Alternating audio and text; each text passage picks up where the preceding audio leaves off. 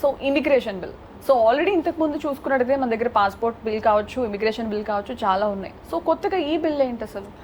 యాక్చువల్గా అండి, రీసెంట్గా జరిగిన సుప్రీంకోర్టులో ఒక జడ్జిమెంట్లో తను వ్యక్తి పైన కేసులున్నా కూడా పాస్పోర్ట్ లేకుండా కూడా ఫారెన్ వెళ్ళిపోవడం జరిగింది. అంటే ఫేక్ పాస్పోర్ట్ సంథింగ్. అప్పుడు సుప్రీంకోర్టు ఇచ్చిన జడ్జిమెంట్లో వీఆర్ అమేజ్డ్ అని కోర్ట్స్లో ఇచ్చేది.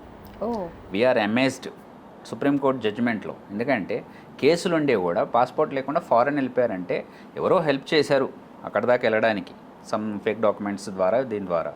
సో ఇలాంటివి జరుగుతున్నాయి కాబట్టి ఇంతకుముందు మనకు పాస్పోర్ట్కి సంబంధించిన యాక్ట్స్ ఉన్నప్పటికీ, లేకపోతే మనకు ఫారెన్ వాళ్ళు రిజిస్ట్రేషన్ చేసుకోవడానికి ఉన్నట్టువి అన్నిటికీ ఉన్నాయి. మనకు ఇమిగ్రేషన్ యాక్ట్స్ కూడా ఉన్నాయి, 2000 యాక్ట్ ఒకటి ఉంది.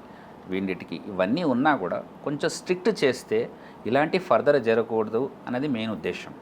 సో ఆల్రెడీ కేసు నడుస్తున్నా పాస్పోర్ట్ లేకుండా ఫారెన్ వెళ్ళాడంటే ఇక వాతావరణం చూసి ఇంకెంతో మంది వస్తారు.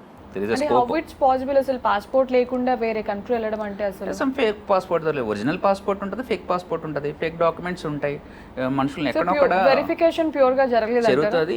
కరప్ట్ అయ్యారు, పబ్లిక్ కరెక్ట్గా లేరు, కరప్ట్ అయ్యారు. ఓకే, సో ఈ కరప్ట్ అయిన వాళ్ళ ద్వారా ఎక్కడి నుంచో వాళ్ళకి ఇన్ఫర్మేషన్ ఉంది, వాళ్ళు పంపించేశారు అంతే. యూఎస్ సమ్ కేసు నడుస్తుంది వాళ్ళపైన.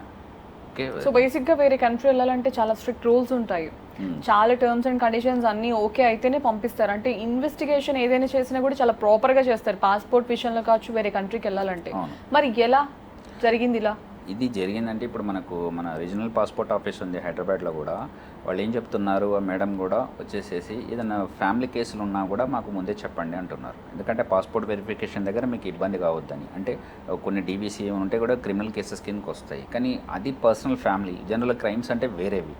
ఓకే, ఆ క్రైమ్స్కు ఈ క్రైమ్స్ వేరు, ఇదేదో పర్సనల్ కేసెస్ కాబట్టి అది ఉంటే చెప్పండి అని చాలా సేఫ్టీ తీసుకుంటారు. బట్ ఎంత సేఫ్టీ తీసుకున్నా ఎక్కడో కొందరు కరప్ట్ అవుతారు కాబట్టి ఆ కరప్షన్ ద్వారానే ఇది ఉంటుంది. సో స్ట్రిక్ట్గా రూల్స్ ఇంకా మోడిఫై చేస్తే గతంలో ఉన్న క్రిమినల్ లాస్ కన్నా, కొలోనియల్ టైం నుంచి ఉన్న క్రిమినల్ లాస్ కన్నా కొత్త భారతీయ న్యాయ సంహిత ఇవన్నీ ఎలా వచ్చాయో కొంచెం స్ట్రిక్ట్ ఎక్కువ ఉంటే కొంచెం మంచి డిసిప్లిన్ ద్వారా వర్క్ జరుగుతుందని అదే ఉద్దేశంతో ఇక ఫర్దర్గా అలా చేయకూడదని కొత్త ఇమిగ్రేషన్ అండ్ ఫారెన్ బిల్ 2025 పెట్టడం జరిగింది.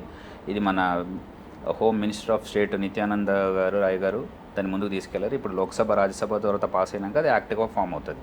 మెయిన్గా ఏంటంటే కరప్షన్ని తగ్గించడం ఉద్దేశం.